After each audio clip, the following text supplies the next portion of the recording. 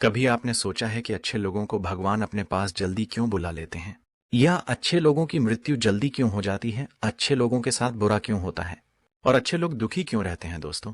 भगवान शिव जी ने बताया है कि अच्छे लोगों की मृत्यु जल्दी क्यों हो जाती है। दोस्तों, अक्सर आपने देखा होगा कि अच्छे लोग मृत्यु को जल्दी प्राप्त हो जाते हैं। एक गहरा रहस्य छुपा हुआ है। गरुड़ पुराण में जन्म और मृत्यु के गहरे रहस्य बताए गए हैं। उन्हें रहस्यों में एक रहस्य यह भी है कि अच्छे लोगों की मृत्यु जल्दी क्यों हो जाती है। दोस्तों, ये वीडियो अंत तक जरूर देखें क्योंकि भगवान श्री हरि विष्णु ने एक कथा के माध्यम से माता लक्ष्मी जी को बताया है कि अच्छे लोगों की मृत्यु जल्दी क्यों हो जाती है। दोस्तों, यह एक बहुत ही गहरी और भावनात्मक सोच है जिसे कई लोग जीवन में कभी न कभी महसूस करते हैं। ऐसा महसूस होना स्वाभाविक है, खासकर जब हम किसी अच्छे इंसान को खो देते हैं या देखते हैं कि पूरे लोग बिना किसी परेशानी की जी रहे हैं। जीवन और मृत्यु प्रकृति के नियम हैं जिन पर हमारा कोई नियंत्रण नहीं है। कभी कभी हमें ऐसा लगता है कि अच्छे लोग जल्दी चले जाते हैं क्योंकि उनकी कमी हमें ज्यादा महसूस होती है। उनका प्यार, दया और अच्छाई ऐसी विरासत छोड़ जाती है जिसे भुला पाना मुश्किल होता है। दोस्तों, जब हम किसी अच्छे इंसान को खोते हैं तो वह खालीपन बहुत गहरा होता है। अच्छे लोग अपने आसपास के लोगों की जिंदगी में रोशनी की तरह होते हैं। उनकी अच्छाई, सहानुभूति और निस्वार्थता दूसरों के दिलों को छू जाती है। इसलिए जब भी चले जाते हैं तो उनकी कमी हमें ज्यादा महसूस होती है। दूसरी ओर, जब हम किसी बुरे इंसान को देखते हैं जो बिना किसी सजा के जी रहा होता है तो ऐसा लगता है जैसे न्याय नहीं हुआ। लेकिन जिंदगी हमेशा हमें वह नहीं देती जो हमें सही लगता है। कुछ लोग इसे कर्म का चक्र मानते हैं। देर समीर हर किसी को अपने कर्मों का फल मिलता है, भले ही वह हमें ना दिखे। मृत्यु का समय और तरीका भगवान की इच्छा या ईश्वरीय नियमों के अधीन होता है। इंसान के जीवन और मृत्यु पर उसका बस नहीं है। अच्छे लोगों की मौत जल्दी हो जाने के पीछे कई कारण होते हैं, लेकिन जीवन में आपको यह जानना होगा कि मृत्यु के पश्चात अच्छे और बुरे कर्मों का क्या होता है। मृत्यु के बाद आत्मा को उसके कर्मों के आधार पर नया जन्म मिलता है। अच्छे कर्म करने वालों को बेहतर जीवन मिलता है, जबकि बुरे कर्म करने वालों को कठिनाइयों से भरा जीवन मिलता है। जिनके पुण्य बहुत अधिक होते हैं वे स्वर्ग जाते हैं, जहां आत्मा को दिव्य सुख प्राप्त होता है। वहीं पाप करने वालों को नरक में भेजा जाता है, जहां उन्हें उनके कर्मों के अनुसार दंड भुगतना पड़ता है। जो व्यक्ति अच्छे कर्मों और भक्ति से जीवन व्यतीत करता है वह जन्म मरण के चक्र से मुक्त होकर मोक्ष प्राप्त करता है और परमात्मा में विलीन हो जाता है। दोस्तों, मृत्यु के बाद आत्मा नहीं बल्कि कर्मों की ऊर्जा नए जीवन में प्रवाहित होती है। अच्छे कर्म अच्छे पुनर्जन्म का कारण बनते हैं, जबकि बुरे कर्म दुखद पुनर्जन्म का कारण बनते हैं। मित्रों, अच्छे कर्म करने से आत्मा हल्की हो जाती है और मृत्यु के बाद उसे शांति मिलती है। बुरे कर्म आत्मा पर बोझ बन जाते हैं जो नए जन्म में भी उसे प्रभावित करते हैं। इसके विषय में मैं आपको एक महत्वपूर्ण कथा सुनाता हूं जो ज्ञान से परिपूर्ण है। मित्रों, बहुत समय पहले की बात है। रामगढ़ के महान राजा नागेंद्र न्याय प्रिय और दयालु शासक थे। हमेशा सत्य और धर्म के मार्ग पर चलते थे, प्रजा की सेवा करते और जरूरतमंदों की मदद में आगे रहते हैं। उनकी दया और न्याय की कहानी दूर दूर तक प्रसिद्ध थी। एक रात जब राजा गहरे ध्यान में बैठे थे तभी उनके सामने एक तेज रोशनी प्रकट हुई। उसे रोशनी में एक यमदूत प्रकट हुआ। नगेंद्र ने शांत स्वर में पूछा, यमदूत, तुम यहां क्यों आए हो? यमदूत ने सर झुकाकर कहा, राजन, आपके जीवन का समय पूरा हो गया है। मैं आपको यमलोक ले जाने आया हूं। राजा नागेंद्र मुस्कुराए और बोले, क्या मैं जान सकता हूं कि मेरे कर्मों का हिसाब क्या है? यमदूत ने कहा, आपके जीवन में दो प्रकार के कर्म हैं, अच्छे और बुरे। आपके पुण्य असीमित हैं। आपने गरीबों को सहारा दिया, सहयोग की रक्षा की और सत्य के मार्ग पर चले। लेकिन शब्द सुनकर राजा ने उत्सुकता से पूछा, लेकिन क्या? यमदूत ने उत्तर दिया, जीवन में एक बार आपने गलती से एक निर्दोष को कठोर दंड दिया था। भले ही वह अज्ञानता में हुआ, पर कर्म का नियम अटल है। आपका पुण्य आपको स्वर्ग में ले जा सकते हैं, पर इस पाप का प्रायश्चित किए बिना मुक्ति संभव नहीं। राजा ने गहरी सांस ली और कहा, यदि मेरे कर्म का फल भुगतना आवश्यक है तो मैं तैयार हूं, लेकिन क्या कोई रास्ता है जिससे आत्मा को मुक्ति मिल सके? यमदूत ने कहा, जी हां, अच्छे कर्म बुरे कर्मों का बोझ हल्का कर सकते हैं। यदि कोई व्यक्ति अपने जीवन में सत्य, सेवा और करुणा का मार्ग अपने और अपने कर्तव्यों को निस्वार्थ भाव से पूरा करे तो वह मृत्यु के पश्चात मोक्ष प्राप्त कर सकता है। तब नगेंद्र ने कहा, यदि मेरे कर्मों का फल निश्चित है तो मैं इसे सहर्ष स्वीकार करता हूं, लेकिन मैं अपने जीवन की अंतिम सांस तक अच्छे कर्म करता रहूंगा ताकि मेरे पापों का भार हल्का हो सके। यमदूत ने राजा की बात सुनी और अदृश्य हो गया। अगले दिन से राजा नगेंद्र ने और भी अधिक सेवा कार्य शुरू किया। उन्होंने न्याय को सर्वोपरि रखा, जरूरतमंदों की सहायता की और अपना जीवन परोपकार में लगा दिया। जब उनकी मृत्यु का समय आया तब यमदूत पुनः प्रकट हुआ। इस बार वह मुस्कुराया और कहा, राजन, आपके कर्मों की शक्ति ने आपके पापों को नष्ट कर दिया है। अब आप मोक्ष के अधिकारी हैं। राजा ने शांत मन से अपनी आंखें बंद कर लीं और उनकी आत्मा प्रकाश में विलीन हो गई। दोस्तों, अच्छे कर्म मृत्यु के बाद भी हमारी आत्मा को हल्का कर देते हैं। जीवन में गलती होना स्वाभाविक है, लेकिन सच्चाई, दया और सेवा से हम अपने पापों का प्रायश्चित कर सकते हैं। मृत्यु से डरना नहीं चाहिए। डरना चाहिए बुरे कर्मों से। मृत्यु के पश्चात कोई आत्मा फिर से इंसान का जन्म पाती है तो कोई जानवर का जन्म पाती है। जब तक आत्मा को मोक्ष की प्राप्ति नहीं होती तब तक उसे किसी न किसी योनि में जन्म लेना पड़ता है। दोस्तों, अच्छे लोगों की मृत्यु जल्दी क्यों हो जाती है? एक समय की बात है जब भगवान विष्णु और माता लक्ष्मी बैठे थे।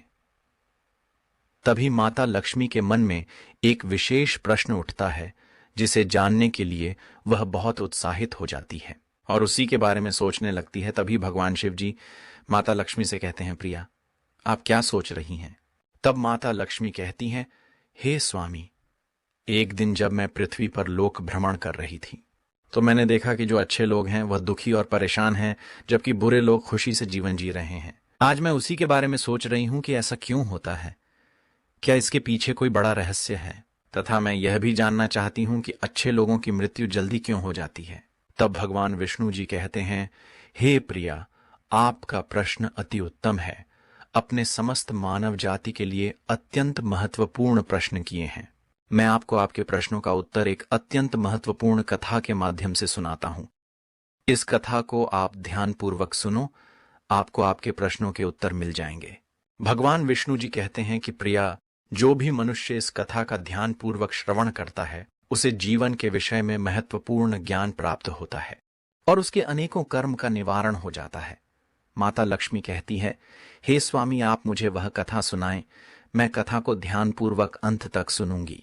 तब भगवान विष्णु कथा सुनाते हुए कहते हैं, हे प्रिया, बहुत समय पहले एक गांव में दिनेश नामक एक किसान रहता था।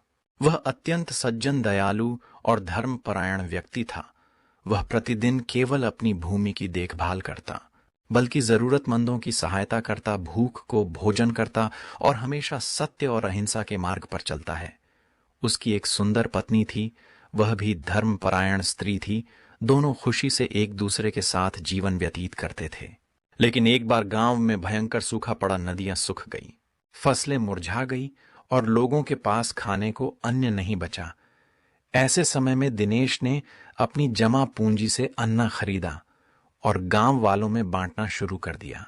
जब उससे पूछा गया कि वह अपने परिवार के लिए अन्न क्यों नहीं बचा रहा, तो उसने मुस्कुराकर कहा, जब मेरा पूरा गांव भूखा है तो मैं अकेले पेट भरकर कैसे जी सकता हूं।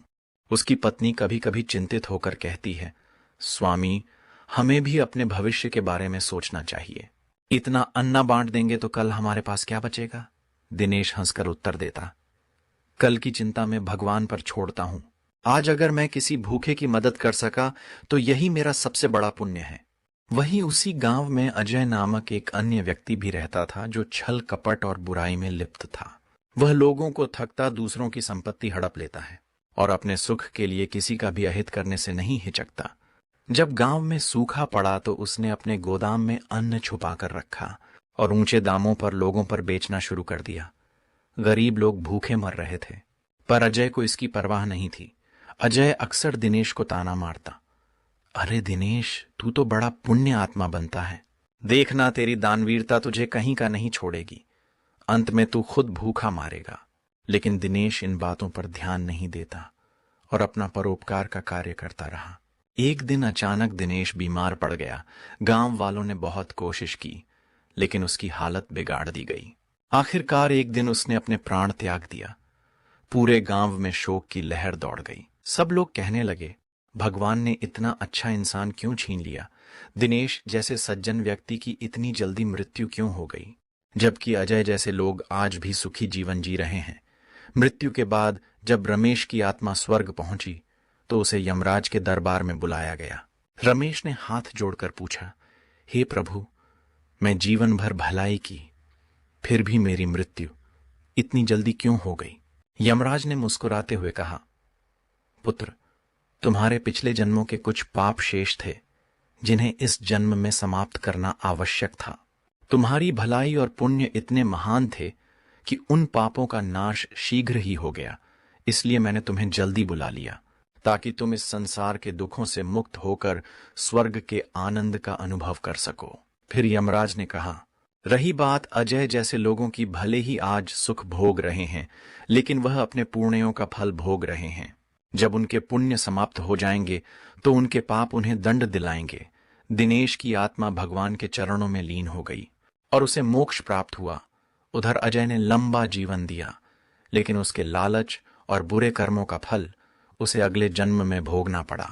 मित्रों, अजय कभी भी जीवन में कोई पुण्य काम नहीं करता था। उसने अपने जीवन में कई पाप किए थे। गरीबों का शोषण, जरूरतमंदों की मदद न करना और स्वार्थ के लिए दूसरों का अपमान करना। जब उसकी मृत्यु हुई तो उसकी आत्मा यमलोक पहुंची। वहां चित्रगुप्त ने उसकी जीवन के सारे कर्मों का हिसाब रखा। चित्रगुप्त बोले, अजय, तुमने पिछले जीवन में अत्यधिक पाप किए हैं। तुम्हारे कर्मों का फल तुम्हें अगले जन्म में भोगना होगा। तो अजय की आत्मा डर गई और उसने विनती की और बोला, क्या कोई रास्ता नहीं है जिससे मैं इन पापों से बच सकूं?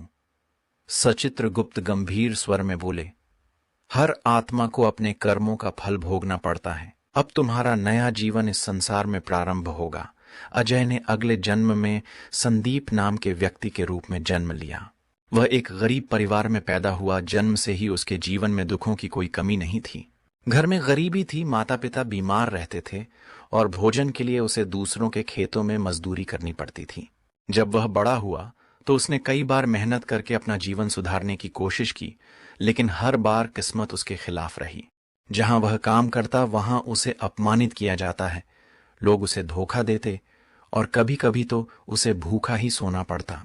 एक दिन ऐसा आया, संदीप ने बहुत कोशिश की, किसी से मदद मिल जाए, लेकिन कोई भी उसकी सहायता को आगे नहीं आया। ठीक वैसे ही जैसे पिछले जन्म में अजय ने दिनेश और गांव वालों के साथ किया था।